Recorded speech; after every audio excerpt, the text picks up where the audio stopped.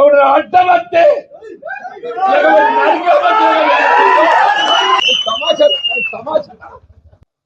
టికెట్లు పంచుకుంటానికి ఏదైతుందో ఇది నీ అయ్యే సొత్తు కాదు, అబ్బ సొత్తు కాదు. ఇది నీ అయ్యే సొత్తు కాదు, అబ్బ సొత్తు కాదు అంటు నేను. ఇది మా కాంగ్రెస్ కార్యకర్త హక్కు అని చెప్పంటు. కాంగ్రెస్ పార్టీ అంగట్ల సరుకు కాదు అని చెప్పంటు నేను. రేపు రాబోయే మున్సిపల్ ఎన్నికలు ఒక్కటి కాదు, 50 టార్గెట్ 50 అని చెప్పంటు. ప్రభుత్వ విధానాలు వచ్చినాయి కాబట్టి నేను కాంగ్రెస్ పార్టీలో చూస్తాను. నువ్వెవడివిరా అని చెప్పంటు నేను. కాంగ్రెస్ పార్టీ అంతర్గత వ్యవహారాలలో జోక్యం చేసుకుంటే మాత్రం సహించేది లేదు అని చెప్పంటున్నా. నిజమైన కాంగ్రెస్ వాది, కాంగ్రెస్ పార్టీ కార్యకర్త వాళ్ళ కొరకే పోరాటం చేస్తా. కానీ సందులు వచ్చేటోళ్ళు, సందులు దూచేటోళ్ళు మాత్రం ఏదైతుందో సహించేది.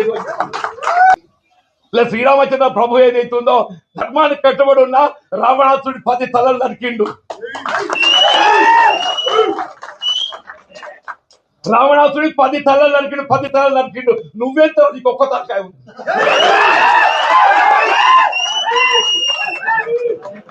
పది తలలో పలిక శ్రీరామచంద్ర ప్రభువు మనకు ఆదర్శం అని చెప్పండి. నువ్వెంత ఒక్క తలకాయ. నేను ప్రజాస్వామ్యం నిలబెట్టడానికి కొరకు, నా కార్యకర్తల హక్కులు నిలబెట్టడానికి కొరకు వాళ్ళు ఏదైతుందో ఆ చివరి క్షణం వరకు నేను పోరాటం చేస్తా, మీ హక్కు నిలబెడతా. పార్టీలో 50 స్థానాలు కైవసం చేసుకోవాలి, కాంగ్రెస్ పార్టీ జెండా ఎగరవేయాలి. అడ్డమంటే